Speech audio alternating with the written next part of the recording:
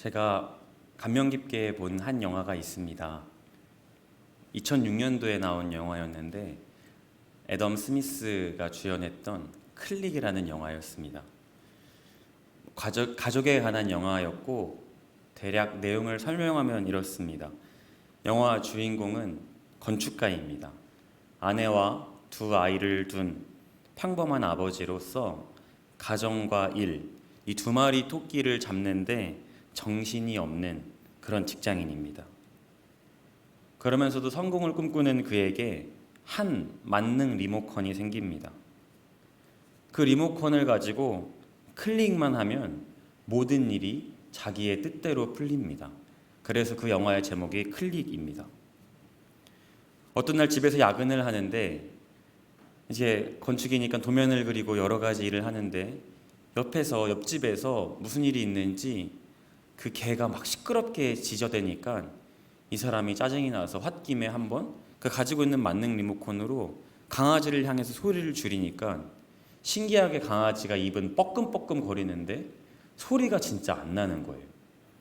그래서 이 사람이 이 만능 리모컨의 이 파워, 힘을 경험하게 되고 난 다음에 이제 모든 것을 이 만능 리모컨 클릭 한 방으로 해결하려는 사람이 됩니다. 예를 들면 아내랑 부부싸움을 하는데 이 아내랑 부부싸움 하는 게 얼마나 힘들겠어요? 그러니까 아내가 잔소리가 시작되자마자 바로 빨리 감기 버튼을 눌러버려서 상황이 종료되게 해버리고, 또 만능 리모컨을 가지고서 내가 언제쯤 성공할 수 있을까 하면서 빨리 감기를 해서 자기의 인생을 빨리빨리 감기도 하고, 또 회사 상사가 자기한테 싫은 소리를 하면 일시 정지를 해놓고서 상사의 뺨을 한 대 후려 갈기기도 하고 아주 자유자재로 이 리모컨을 이용합니다. 그는 이 만능 리모컨을 가지고 궁금해집니다. 내가 언제쯤 많이 벌고 성공할 수 있을까? 그는 성공을 목표로 두고 빨리 감기를 합니다. 빨리 감기를 하고 나서 돈과 명예를 얻은 자신의 모습을 보니까 너무너무 행복했습니다. 그런데 그 행복도 잠시 몇 가지 소식을 듣습니다. 먼저 아버지께서 몇 년 전에 돌아가셨다라는 소식을 듣습니다. 그리고 또 몇 년 전 자신의 아내랑 이혼했다는 사실을 알게 됩니다. 이 주인공이 성공이라는 목표를 두고 빨리 감기를 했기 때문에 이 성공을 제외한 나머지 것에는 이 리모컨의 기능에 따라서 무신경한 반응으로 자동 응답 기능이 되었던 것입니다. 아내가 화를 내도 그는 들은 채만 채 무신경하게 반응했고, 아버지가 오랜만에 아들을 보러 회사로 찾아왔는데 일만 하고 말 거는 아버지한테 짜증을 내고, 그렇게 모든 것들이 빨리 감기가 된 것입니다. 이 영화에서 가장 슬픈 장면은 자동 응답 기능으로 아무런 감정도 없는 것처럼 아들이 막 성공을 위해서 열심히 일을 할 때 아버지가 와서 내가 재밌는 얘기 해줄까? 나랑 얘기 좀 할래? 이런 얘기를 하는데 주인공이 시끄러우니까 제발 좀 가세요. 이렇게 매몰차게 얘기하는 장면이 나옵니다. 그때 아버지가 너의 일을 방해해서 미안하구나 하고 돌면서 눈물을 흘리면서 그래도 난 널 사랑한단다 아들아, 이런 명장면이 있는데 나중에 주인공이 그 리모컨으로 그 장면을 되감게 하면서 수천 수백 번을 보면서 저도 아버지를 사랑해요. 저도 아버지를 사랑해요. 울림없는 공허한 메아리처럼 그렇게 아버지를 사랑한다고 고백하는 명장면이 있기도 합니다. 아내와 아버지, 자녀들을 위해서 성공하고 싶었고 빨리 감기 한 그에게는 결국 아무것도 남지 않은 그런 인생이 되었습니다. 이 영화를 보면서 어떤 주는 교훈은 우리 가족에 대한 소중함, 이런 것들도 있지만 기존에 가지고 있던 것들의 감사함, 그러니까 이 만능 리모컨이 있으면 내 삶이 조금 더 나아질 줄 알았는데 이 만능 리모컨을 가지고 일상을 깨버리고 내가 원하는 대로 되면은 더 좋을 줄 알았는데 사실은 그 일상이 훨씬 더 소중했다는 것을 우리한테 알려줍니다. 기존에 가지고 있던 것들이 틀어져 버리고 깨졌을 때 일전에 있었던 모습들이 얼마나 소중한지 깨닫게 합니다. 즉 다시 말해 당연하다고 여겼던 것들에 대해서 감사하며 살아야 한다는 교훈도 있습니다. 저는 간혹 그런 생각을 합니다. 아직 제 나이가 많지 않고 부모님이 계시는 것이 당연한데, 일상인데, 어느 날 문득 때가 되어서 우리 부모님께서 하늘나라 가신다고 하면 너무너무 슬프고 마음이 어렵고 그런 마음이 들 것입니다. 그래서 내가 부모님께 잘해드려야지 생각하면서도 여전히 일상에서 우리 부모님이 살아계시는 것은 당연한 것이다 라고 생각하면서 자주 잊고 또 내 위주로 삶을 살아가는 모습을 발견합니다. 당연하다고 여겼는데, 일상이라고 생각했는데 그것들이 틀어지는 순간 우리는 큰 절망과 슬픔이 생기는 동시에 그것이 있어서 참 소중하고 감사했어 하며 후회합니다. 다행히 이 영화의 끝은 만능 리모컨을 만든 사람이 주인공한테 한 번 더 기회를 주고 시간을 다시 완벽히 되감기를 해서 젊은 날의 모습으로 돌이켜주면서 그 영화는 끝이 납니다.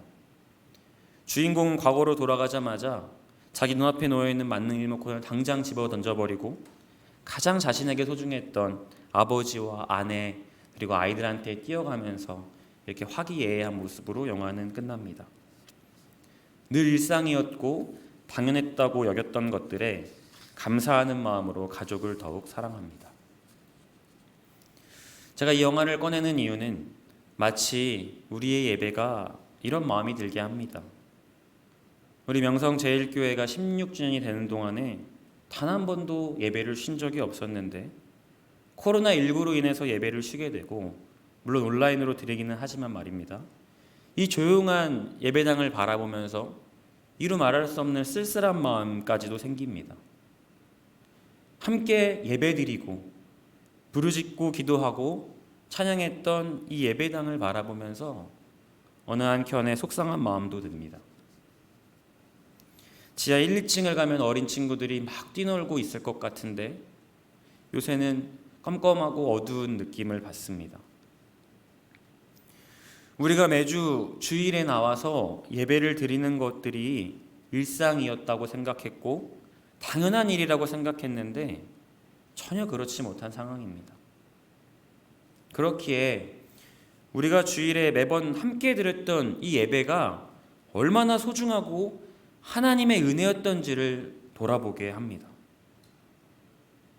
지금 예배를 드리지 못하는 상황에서 깨닫게 하시는 것은 예배가 우리 힘으로 드린다고 해서 드리고 말고 그런 문제도 아니고, 우리의 예배는 하나님의 도우심 없이는 결코 드릴 수 없다는 사실입니다. 우리가 예배를 드리기 위해 모이는 것조차도 하나님께서 허락하시지 않으면, 도우시지 않으면 우리의 힘으로 어떻게 될 수 없음을 고백합니다. 그러면서 그동안 우리의 예배가 얼마나 무신경했는가를 하나님 우리에게 깨닫게 하셨습니다. 만약 그래서는 안 되겠지만, 물론 그럴 일도 없겠지만, 이 코로나 확진자가 점점 더 많아지고 확진자가 늘어나고 사망자가 늘어나서 우리가 드린, 현장에서 드리는 예배가 지난주가 마지막이라고 생각해 봅시다. 그리고 그 예배를 정말 전심과 신령과 진정을 다해서 드렸어야 하는데 평범한 일상의 한 날처럼 당연하다고 별 생각 없이 아주 익숙한 마음으로, 매너리즘으로 예배를 별 생각 없이 드렸다면, 그것이 우리 인생의 마지막 예배였다면, 현장에서 드리는 마지막 예배였다면, 더 무섭게 만약 그 예배가 하나님이 받으실 만한 예배가 아니었다면 우리의 마음은 얼마나 속상하겠습니까? 이 세상에 당연한 것은 결코 없습니다. 우리에게 주시는 평범한 일상은 하나님께서 주시는 기적입니다. 그렇기에 오늘 예배가 내 삶의 마지막 예배처럼 드려야 한다는 것입니다. 유튜브로 실시간 예배를 드리면서 그런 댓글을 참 많이 봅니다. 제가 방송실에서 댓글도 달고 방송을 돕고 있는데, 빨리 교회 가고 싶습니다. 빨리 함께 찬양하고 싶습니다. 함께 교회에서 만나고 싶습니다. 정말 그 마음이 귀하고 저도 성도님들을 속히 만나서 함께 예배드리고 싶은 마음이 있습니다. 그날이 속히 오리라 확신합니다. 이런 일들을 통해서 예배를 사모하는 마음을 우리 주님께서 주셨을 줄 믿습니다. 그동안은 잘 몰랐는데, 그동안은 잊고 살았는데 몇 주 빠지면서 우리 마음 가운데 예배에 대한 감격과 소중함을 우리 하나님께서 일깨워 주셨음을 믿습니다. 오늘 우리가 읽은 성경 배경은 예루살렘 성이 재건되고 백성들이 수문 앞에서 예배를 드리는 장면입니다. 이스라엘 백성에게 예루살렘 성은 어떤 것입니까? 당연히 무너지지 않는 성이었습니다. 왜냐하면 하나님이 거기 거하신다고 생각했기 때문입니다. 성전은 곧 그들이 하나님을 만나러 가는 어떤 신앙의 장소였습니다. 전지전능한 만군의 하나님이 계시는데 그 성이 결코 무너지겠어? 이러한 생각들이 그에게 있었습니다. 그런 일상들이 계속되면서 당연한 예배가 드려지면서 점점 그들의 예배는 어느 순간 하나님이 기뻐 받으시는 예배가 되지 못했습니다. 이사야서에 분명히 하나님께서 말씀하십니다. 너희가 내 마당만 밟고 간다. 전혀 감격이 없는 예배, 익숙해져 버린 예배, 늘 일상 같은 예배, 삶의 변화가 없는 예배, 예배는 드리지만 여전히 범죄하는 이스라엘 사람들로 인해 하나님은 충격요법을 쓰신 겁니다. 성을 무너뜨리십니다. 이스라엘 사람들은 그 성이 무너질 때 그들의 마음도 함께 무너졌습니다. 하나님이 거하시는 곳 아니었어? 어떻게 저게 무너질 수 있지? 놀라움과 충격으로 그들은 한동안 헤어나오지를 못했습니다. 그러나 우리는 압니다. 하나님은 성전에 거하시는 분이시긴 하지만 하나님을 어떻게 성전 그릇에 담을 수 있겠습니까? 하나님은 전지전능한 만군의 하나님이시기에 하나님은 너네가 거기에 와서 나를 만나는 것 좋지만 나는 거기에만 머무는 사람은 아니다. 너네가 뭔가 오해하고 있는데 그 성전이 무너졌다고 해서 내가 무너진 것이 아니다. 이스라엘 백성에게 말했습니다. 충격요법을 쓰신 것입니다. 한국 교회가 생긴 이래로 예배가 중단되고 교회로 모이지 못하는 일은 우리에게 이스라엘 백성처럼 큰 충격으로 다가옵니다. 마치 성전이 무너진 것 같은 큰 충격입니다. 그동안 하나님께서 역사하셨고 지켜주셨기에 모든 일상의 예배가 가능했는데, 하나님 운행하시고 통치하셨기에 평범한 일상은 기적이었는데, 교회에 가지 못하고 온라인으로 드린 예배를 통해서 하나님은 우리에게 충격요법으로 말씀하고 계십니다. 우리의 예배는 신령과 진정으로 드리는 것이다. 주일 아침이 돼서 옷을 입고 아이들 준비시키고 화장을 하고 헌금 봉투에 예물을 담고 이런 준비하는 모든 절차는 귀찮고 많은 힘이 들지만 그렇기 때문에 더 가치 있는 예배가 된다는 것입니다. 다시 재건된 성 앞에서 학사 에스라를 통해서 하나님의 말씀이 들려질 때 오늘 백성들 구절을 보시면 백성이 율법의 말씀을 듣고 다 우는지라 이렇게 이야기하고 있습니다. 앞으로 우리 모이는 예배의 자리가 그렇게 되기를 간절히 바랍니다. 하나님의 말씀이 우리 가운데 들려질 때 그 말씀으로 우리의 삶이 변화되고 감격의 눈물을 흘리고 오늘 이 예배가 내 일상에서 마지막 예배인 것처럼 그렇게 감격의 눈물을 흘리는 예배가 되기를 바랍니다. 그렇게 눈물을 흘리고 이 자리에 나와서 하나님께 기도하고 찬송하고 고백할 때 우리의 삶이 어떻게 됩니까? 10절 말미 여호와로 인하여 기뻐하는 것이 너희의 힘이니라. 예배를 통해서 우리의 힘을 공급받고 이 코로나19가 물러난 뒤에 우리의 삶의 자리에서 드리는 예배는 매일매일이 하나님께서 기뻐 받으시는 예배, 신령과 진정으로 드리는 예배, 감격이 있는 예배, 하나님께서 기뻐 받으시는 예배가 될 줄을 믿습니다.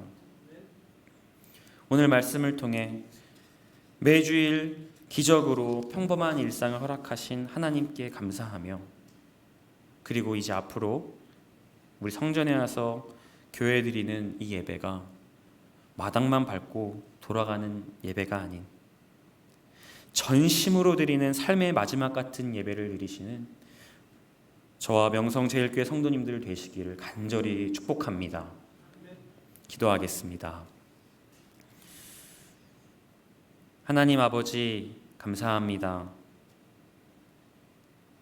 오늘 하루 이 평범한 일상도 주님께서 주신 큰 기적일 줄 믿습니다.